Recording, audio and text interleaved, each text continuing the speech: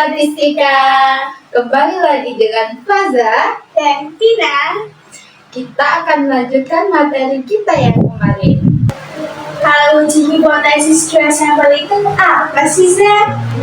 Gini, Vin, hipotesis dua sampel itu adalah metode statistik yang digunakan untuk membandingkan dua populasi berdasarkan sampel yang diambil dari masing-masing populasi tersebut.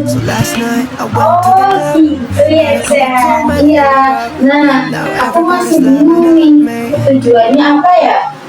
Tujuannya itu untuk menentukan apakah terdapat perbedaan yang signifikan secara statistik antara rata-rata kedua populasi tersebut, Zen. Oh gitu, oke.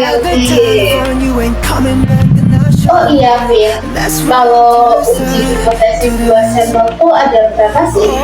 Kalau uji hipotesis dua sampel itu ada dua, Zen. Apa aja sudah? Yang pertama itu sampel dependen, terus yang kedua itu sampel independen. Kamu tahu nggak sih sampel independen itu yang kayak apa? Setahu ya, sampel independen itu dua atau lebih kelompok data di mana tidak ada pengaruhnya antara satu sama lain. Kayak misal nih, satu anggota kelompok itu tidak memiliki pengaruh terhadap anggota kelompok lain. Gitu. Benar nggak gitu? Iya sih, itu udah benar. Kalau ciri-ciri sampel independen itu ada berapa sih? Kalau ciri-ciri sampel independen yang aku tahu sih ada tiga. Yang pertama, setiap kelompok berasal dari populasi yang berbeda dan jika populasi tersebut tidak ada hubungan. Terus kamu tahu nggak sih yang kedua itu apa? Yang kedua, itu individu dalam satu kelompok itu tidak memiliki hubungan dengan individu di kelompok lain. Coba yang ketiga apa? Variabel bebas yang digunakan untuk membedakan kelompok tidak mempengaruhi variabel terikat pada kelompok lain. Oh gitu. Terus sampel independen itu ada berapa sih, Zed? Sampel independen itu kan ada dua ya, Bin. Ada uji sampel kecil dan ada uji sampel besar. Coba kamu jelaskan uji sampel kecil itu apa?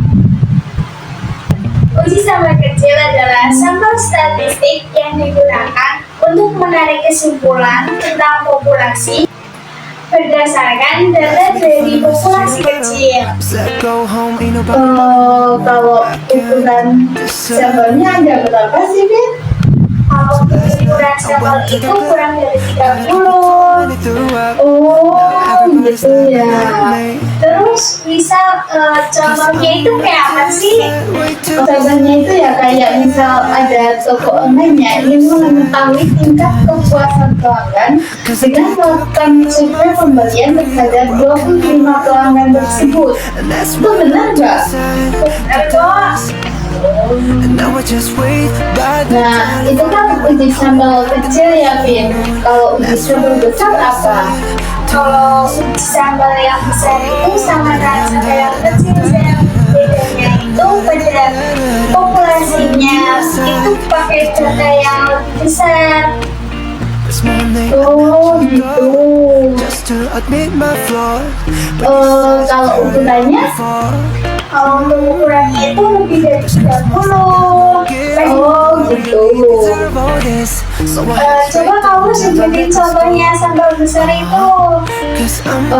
Contohnya itu kayak di departemen pendidikan yang ingin mengetahui apakah program pendidikan yang terbaru itu efektif atau tidak.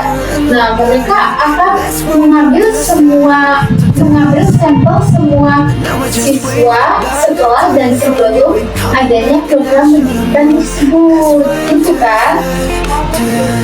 Iya benar.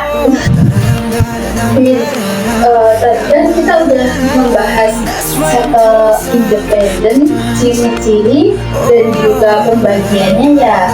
Nah, kalau sampel dependen itu apa?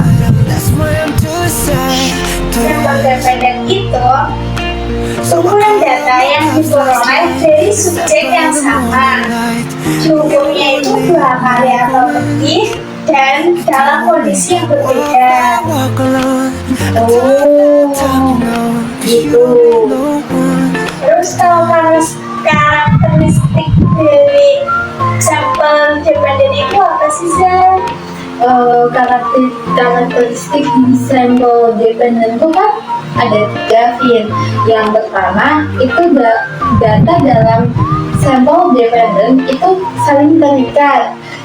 Yang kedua, desain penelitian dalam sampel dependen itu berpasangan atau berulang.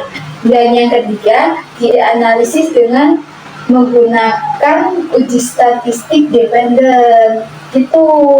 Nah, aku mau tanya, contohnya apa? Contohnya itu dengan mengukur tekanan darah pasien setelah atau sesudah meminum obat, Zah. Oh, oke. Zah, ayo kita sebutin perbedaan dari sampel dependen dan sampel independen. Ayo, kamu nomor 1. Satu, hubungan antar data pada sampel dependen itu saling berkaitan, sedangkan pada sampel independen itu tidak saling berkait hubungan antar datanya. Nomor 2, desain penelitian di sampel dependen itu berpasangan atau berulang. Sedangkan kalau desain penelitian di sampel independen itu tidak berpasangan dan tidak berulang. Yang ketiga, analisis statistik pada sampel independen itu menggunakan uji statistik independen, sedangkan pada sampel independen maka menggunakan uji statistik dependen. Yang keempat, variabilitas di sampel dependen itu lebih rendah, sedangkan variabilitas di sampel independen itu lebih tinggi.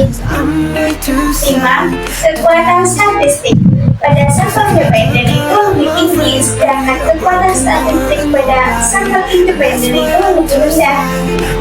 Yang keenam, efisiensi di sampel dependen itu lebih efisien, sedangkan efisiensi di sampel independen itu kurang efisien. Yang ketujuh, pada sampel dependen itu terdapat ketergantungan antar data, sedangkan pada sampel independen itu tidak ada ketergantungan antar data. Yang kedelapan, di sampel dependen itu penting adanya urutan pengumpulan, sedangkan di sampel independen itu tidak terlalu penting dalam urutan pengumpulan. Yang kesembilan, generalisasi pada sampel dependen itu terbatas, sedangkan generalisasi pada sampel independen itu lebih luas.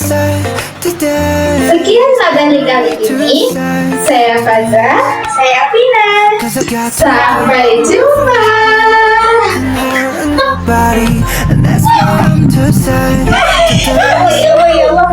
Now I just wait by the telephone. You ain't coming back, and I should've known. And that's why